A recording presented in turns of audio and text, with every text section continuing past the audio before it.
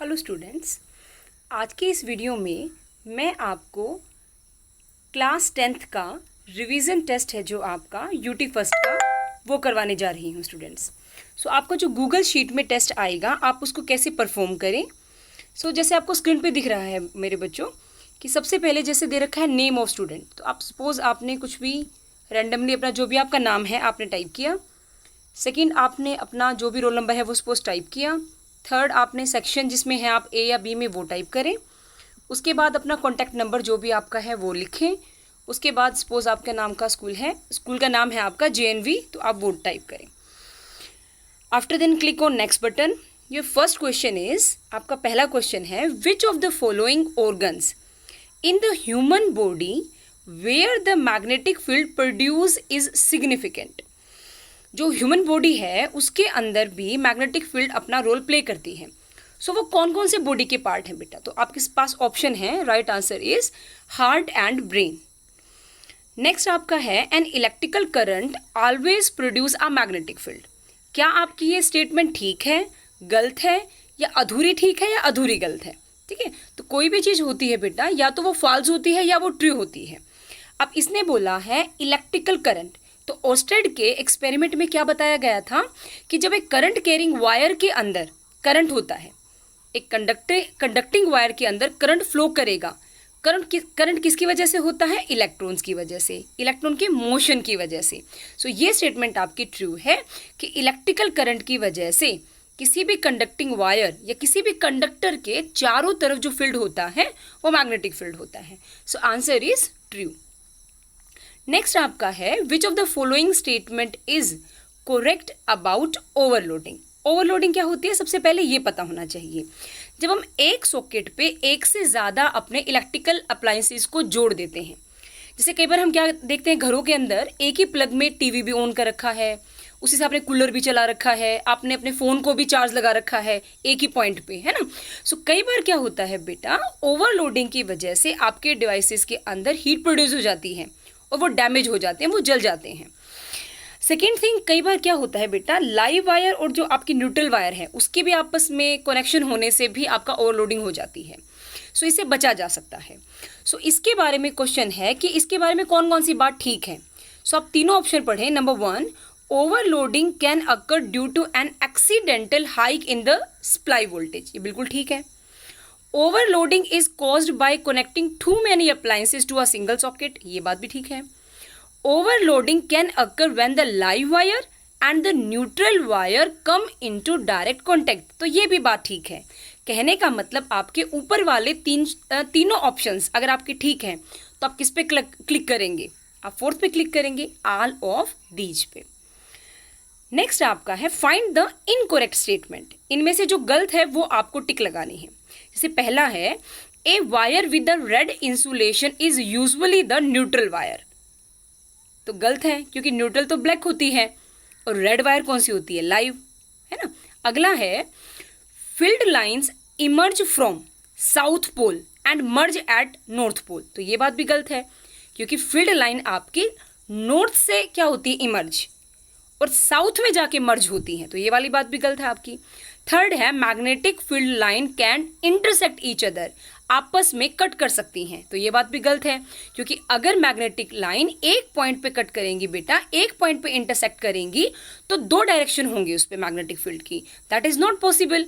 कहने का मतलब है ABC तीनों के तीनों आपके ऑप्शंस हैं incorrect. Your right answer is all of these. Fourth option is the right option. Next आपका है, by right hand thumb rule for current carrying wire the thumb point towards the. जैसे right hand thumb rule होता है, इसके अंदर जो thumb है वो हमारा किसकी डायरेक्शन देता है? Yes, your position is right. आपने जो सोचा है दिमाग में बिल्कुल ठीक सोचा है, डायरेक्शन ऑफ करंट, क्योंकि प्यारे बच्चों थंब देता है डायरेक्शन करंट की और आपकी फिंगर्स देती हैं डायरेक्शन किसकी? मैग्नेटिक फील्ड की। Next is the magnetic field line inside are long current carrying solenoid are nearly. Solenoid के अंदर बेटा आपको ये बात लर्न करनी है, या फिर आप डायग्राम से भी बात लर्न कर सकते हैं। आपने सोलेनॉइड के केस में जो मैग्नेटिक फील्ड लाइन का डायग्राम देखा है ना, तो उसके सेंटर में ऑब्जर्व करना सारी की सारी लाइन आपकी स्ट्रेट होती हैं, so answer is straight. Next है, what are the factor affecting the strength of magnetic field at the point due to the straight carrying current, straight current carrying conductor कोई भी। सो उसमें आपका लास्ट आंसर है, ये आपको लर्न करना है। जो मैग्नेटिक फील्ड होती है वो करंट पे डिपेंड करती है, आपकी लेंथ की पे डिपेंड करती है और आपके डिस्टेंस पे डिपेंड करती है। Next is, you have a coil and a bar magnet. You can produce an electric current by moving. आपके पास एक कॉइल है, आपके पास एक बार मैग्नेट है। सो ये कौन सा लॉ है? ये आपका इलेक्ट्रोमैग्नेटिक इंडक्शन वाला लॉ है। In electromagnetic induction electrical field is produce by moment of either the coil और द बार मैग्नेट। कहने का मतलब बच्चों, अगर आपको मैग्नेटिक मतलब आपको इंडक्शन का फिनोमिना परफॉर्म करना है तो आपको या तो कॉइल को मूव करना होगा या बार मैग्नेट को, या आप दोनों को भी मूव कर सकते हैं। कहने का मतलब मोमेंट होना जरूरी है, चेंज इन फ्लक्स होना बहुत ही रिक्वायर्ड है, अदरवाइज करंट इंड्यूस नहीं होगा। So your right answer is C option, either the magnet or the coil or both, दोनों में से एक या दोनों भी कर सकते हैं। So C is your right answer. Next आपका है एन इलेक्ट्रिक मोटर। अब मोटर क्या होती है? आपके घरों में मोटर होती है ना। अच्छा, पानी आपका टंकी में नहीं चढ़ता तो घर में क्या बोलते हैं? मोटर चला दो भाई। तो मोटर क्या करती है? इलेक्ट्रिकल एनर्जी से चलती है और मैकेनिकल वर्क करती है, means convert electrical energy into mechanical energy. So C is the right option. Next आपका है, state whether the following statement are true or false. एक जनरेटर के बारे में है, एक मोटर के बारे में है, तो ये भी आपको लर्न करना है बेटा। ये प्रिंसिपल है आपका, जनरेटर आपके वर्क करता है प्रिंसिपल इलेक्ट्रोमैग्नेटिक इंडक्शन पे। सो ये ट्रू है, मोटर आपका इस पे डिपेंड नहीं करती इलेक्ट्रोमैग्नेटिक इंडक्शन पे। सो ये फॉल्स है आपका। तो ये आपको ये इनके प्रिंसिपल लर्न करने हैं। और जो आपका ये टॉपिक है जनरेटर और मोटर का, इसमें आपको मैं अच्छे से एक्सप्लेन करके बताऊंगी कि इसका ये रीजन क्यों है, what is the reason behind this. Next आपका है असर्शन और रीजन का। असर्शन रीजन वाले में बेटा 4 ऑप्शन होते हैं, ठीक है। पहला आपका ऑप्शन होता है कि आपका असर्शन, आप ये मान के चलें कि 2 लाइन का क्वेश्चन होता है, एक लाइन में असर्शन, दूसरे लाइन में उसका रीजन होता है। अगर आपका असर्शन ठीक है और रीजन भी ठीक है और रीजन जो है वो बिल्कुल एग्जैक्ट असर्शन का आंसर है, तब आप क्लिक करते हो ए पे, ठीक है। लिखा हुआ है आपका ये, इसमें पढ़ लें बेटा आप एक बारी। अगर आपका ए और आर दोनों ट्रू हैं और आर आपका करेक्ट एक्सप्लेनेशन है ए की, तब तो ए पे टिक करोगे। ए और आर ट्रू हैं लेकिन आर आपका जो रीजन है वो ए को एक्सप्लेन नहीं करता, तो आप बी को टिक करेंगे। सी में होता है अगर ए ठीक है और बी गलत है, मतलब ए ठीक है, असर्शन ठीक है, रीजन गलत है, तो सी ऑप्शन को आपको टिक करना है। फोर्थ में अगर असर्शन आपका गलत है और रीजन आपका ट्रू है, तो आप डी को क्लिक करेंगे। So let us start. पहला क्वेश्चन है, the magnetic field interact with a moving charge and not with the stationary charge. कि जो मैग्नेटिक फील्ड है वो मूविंग चार्ज से रिलेटेड है, स्टेशनरी चार्ज से नहीं, तो बिल्कुल ठीक बात है ये। और रीजन है इसका, moving charge produce a magnetic field, ये बात भी ठीक है। और सेकंड जो है वो फर्स्ट को एक्सप्लेन भी कर रहा है। So your answer is a. Next आपका है, if a electron is not deflected while passing through a certain region of space, then only the possibility is that there is no magnetic field. होता क्या है बेटा, suppose एक room है, उस room में मैग्नेटिक फील्ड है और एक इलेक्ट्रॉन उसके अंदर ट्रेवल कर रहा है। अगर वो इलेक्ट्रॉन सीधा मूव करके जा रहा है, मतलब उस पर कोई भी फोर्स नहीं लग रही है, इसका मीनिंग ये हुआ कि उस रूम में कोई भी मैग्नेटिक फील्ड नहीं है, ये असर्शन है। तो ये बात ठीक है कि अगर उस पर कोई फील्ड नहीं लग रही है तो ये हो सकता है कि वहां मैग्नेटिक फील्ड ना हो। लेकिन प्यारे बच्चों, अगर वो इलेक्ट्रॉन मैग्नेटिक फील्ड के पैरेलल भी जा रहा होगा, तब भी मैग्नेटिक फील्ड आर के ऊपर, मतलब उस इलेक्ट्रॉन के ऊपर कोई फोर्स नहीं लगाएगी। तो इसका मतलब सिर्फ एक कारण नहीं होता फोर्स का, आपके 2 रीजन हैं। या तो मैग्नेटिक फील्ड हो ही ना, और अगर हो तो चार्ज पार्टिकल उसके पैरेलल जाए, तब भी मैग्नेटिक फील्ड उसको कुछ नहीं बोलती, उस पर कोई फोर्स नहीं लगाती। सो असर्शन आपका गलत है। नेक्स्ट आपका है, force is directly proportional to magnetic field, ये बात बिल्कुल ठीक है। जितनी मैग्नेटिक फील्ड होगी उतनी ही फोर्स लगेगी। Force is directly proportional to magnetic field. एक फॉर्मूला होता है ना फोर्स का, QVB, force is directly proportional to B, means आपका रीजन ठीक है। सो कौन सा ऑप्शन लगाएंगे? D is the right option. Next आपका है free electron always keeps on moving in a conductor even then no magnetic field act on them in a magnetic field unless the current is passing through it। कहने का मतलब है बेटा, जब किसी wire के अंदर करंट पास नहीं होता, कंडक्टर के अंदर बहुत ज़्यादा फ्री इलेक्ट्रॉन्स होते हैं, तो वो आपके रैंडम मूव करते हैं बेटा, ऐसे ही मूव करते रहते हैं। तो ये बात बिल्कुल ठीक है, असर्शन आपका ठीक है। रीज़न क्या है? The average velocity of free electron is 0। यही रीज़न है कि वो रैंडम मूव करते हैं, कई बार इधर कई बार उधर, तो जब उनकी एवरेज वेलोसिटी ली जाती है तो वो 0 आती है। तो रीज़न भी ठीक है और रीज़न आपका असर्शन को एक्सप्लेन भी कर रहा है। सो दोनों बातें आपकी ठीक है और रीज़न भी है। सो answer is a. Okay, next आपको स्क्रीन पे एक डायग्राम दिख रहा होगा जिसमें एक सोलेनॉइड दिखा रखी है कि एक आपके इंसुलेटर, उसके ऊपर आपकी वायर को वाउंड किया गया है। एक आपको ए पॉइंट दिख रहा है, एक आपको बी पॉइंट दिख रहा है। आपको ट्रू फॉल्स बताना है। ये कहता है and A become south pole because current flows in a clockwise direction. तो प्यारे बच्चों, आपको एक छोटी सी बात लर्न करनी है। अगर आपका करंट क्लॉकवाइज मूव करे, लिसन वेरी केयरफुल, क्लॉकवाइज, तो साउथ पोलरिटी होती है, तो ये बिल्कुल ठीक है। और अगर आपका एंटी क्लॉक मूव करे तो आपकी होगी नॉर्थ। तो नीचे वाला ऑप्शन पढ़ते हैं, क्या दे रखा है? When A become south the other and become north, so the tip of the compass move away from the, या टिप मूव्स टुवर्ड राइट। तो बात बिल्कुल ठीक है। तो दोनों ऑप्शन आपके क्या है? ठीक, ट्रू है दोनों ऑप्शन। इसमें आप खुद बताएं, खुद सोचें, एक बार स्क्रीन पे देखें। एक्स में आपका क्लॉकवाइज है और वाई में आपका क्या है? एंटी क्लॉकवाइज है। 4 आपको ऊपर ऑप्शन दिए गए हैं। सो कौन से के साथ किसको टिक करेंगे? जैसे आपका पूछा है what is the polarity of x and x, x की पोलैरिटी क्या होगी? तो एंड एक्स की देखो क्या होगी आपकी? साउथ, क्योंकि करंट आपका क्लॉक है। और वाई में देखें एक बारी, वाई में आपकी होगी नॉर्थ, क्योंकि आपका एंटी क्लॉकवाइज है। Next, this is very very important question, बेटा ध्यान से सुनना। इसमें क्या है? एक आपका नॉर्थ पोल है, एक साउथ है, और बीच में एक वायर, ऐसे रेक्टेंगल वायर रखी हुई है। अब आपके 3 ऑप्शन हैं। आपका करंट रिवर्स होगा, आपका करंट 0 होगा, या आपका करंट इंक्रीज होगा। आपको 3 आंसर बताने बेटा। ओके, सो पहला क्वेश्चन है moving the wire at the higher speed. Suppose आप एक सिंपल नॉर्मल स्पीड से उसको मूव कर रहे थे, अब आपने नॉर्मल स्पीड से वायर की जो मोमेंट है उसको बढ़ा दिया, तो क्या आपका करंट 0 हो जाएगा, क्या आपका करंट इंक्रीज होगा, या आपका करंट रिवर्स हो जाएगा?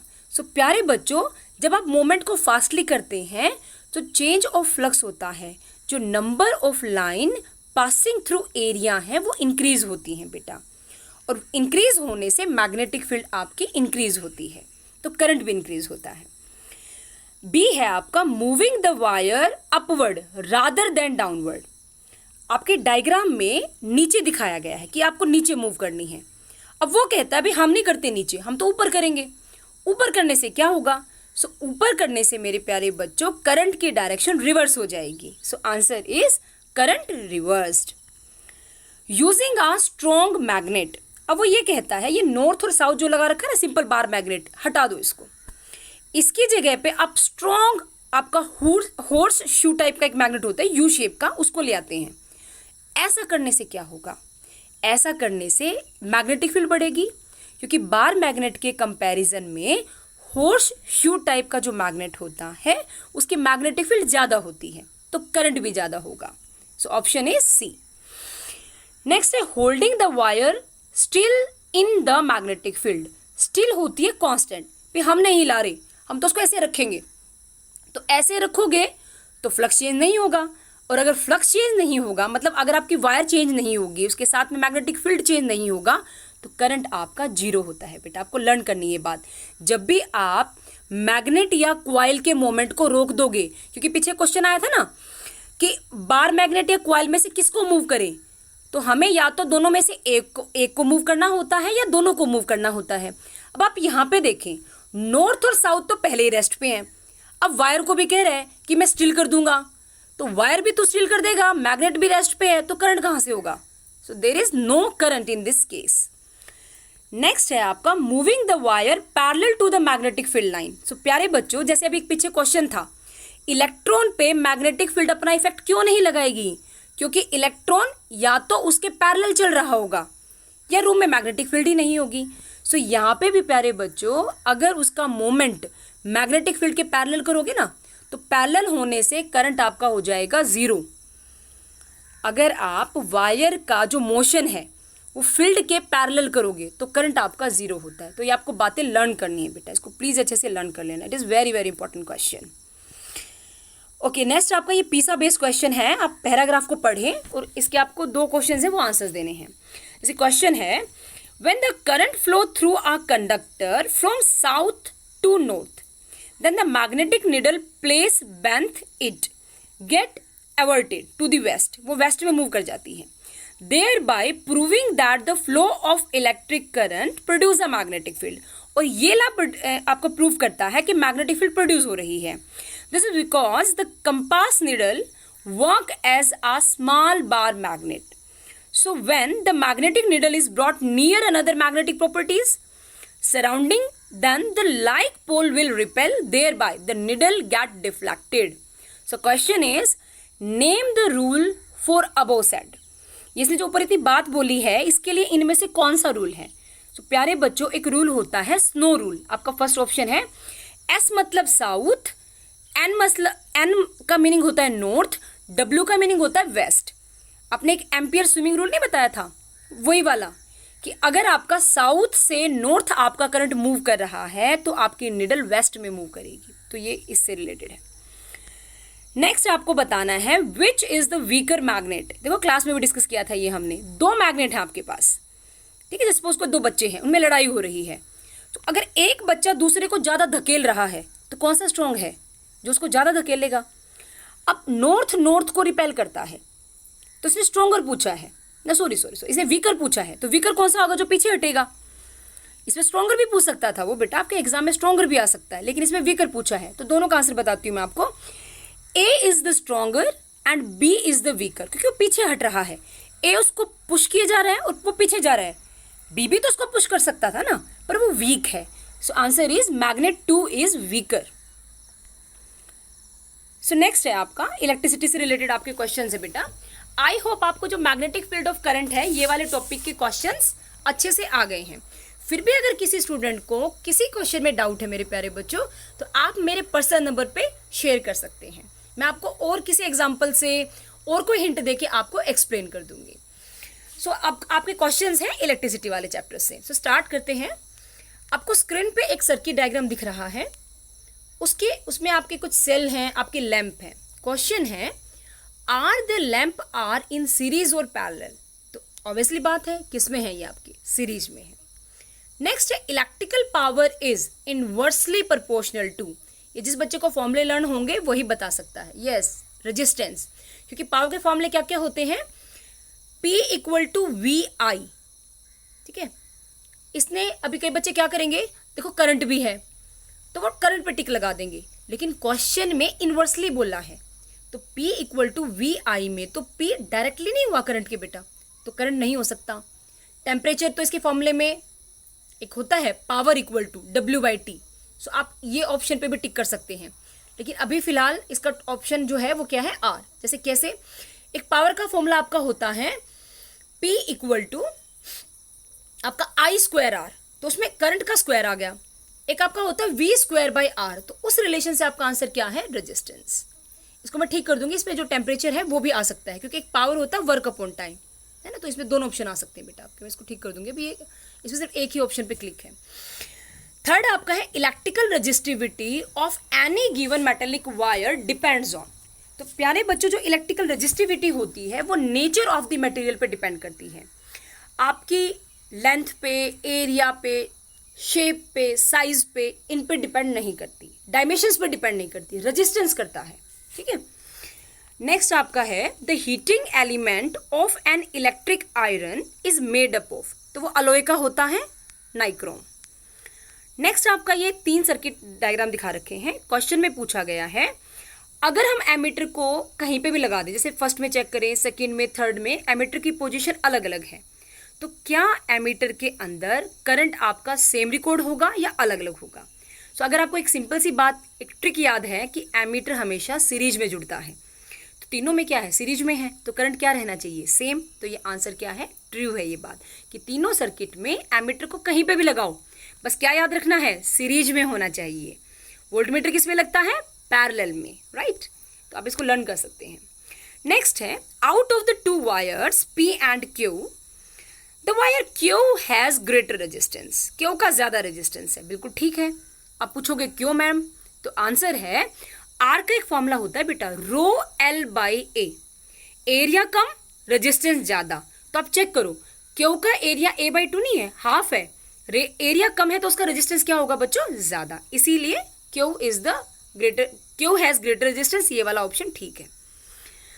नेक्स्ट बिल्कुल सिंपल है, आपको यूनिट बतानी है। करंट की यूनिट क्या होती है, एम्पियर, इलेक्ट्रिकल पोटेंशियल की वोल्ट, पावर की वाट, आप कर सकते हो। ओके, ये थोड़ा सा डिफिकल्ट क्वेश्चन, आई थिंक आपको क्या पता लगे।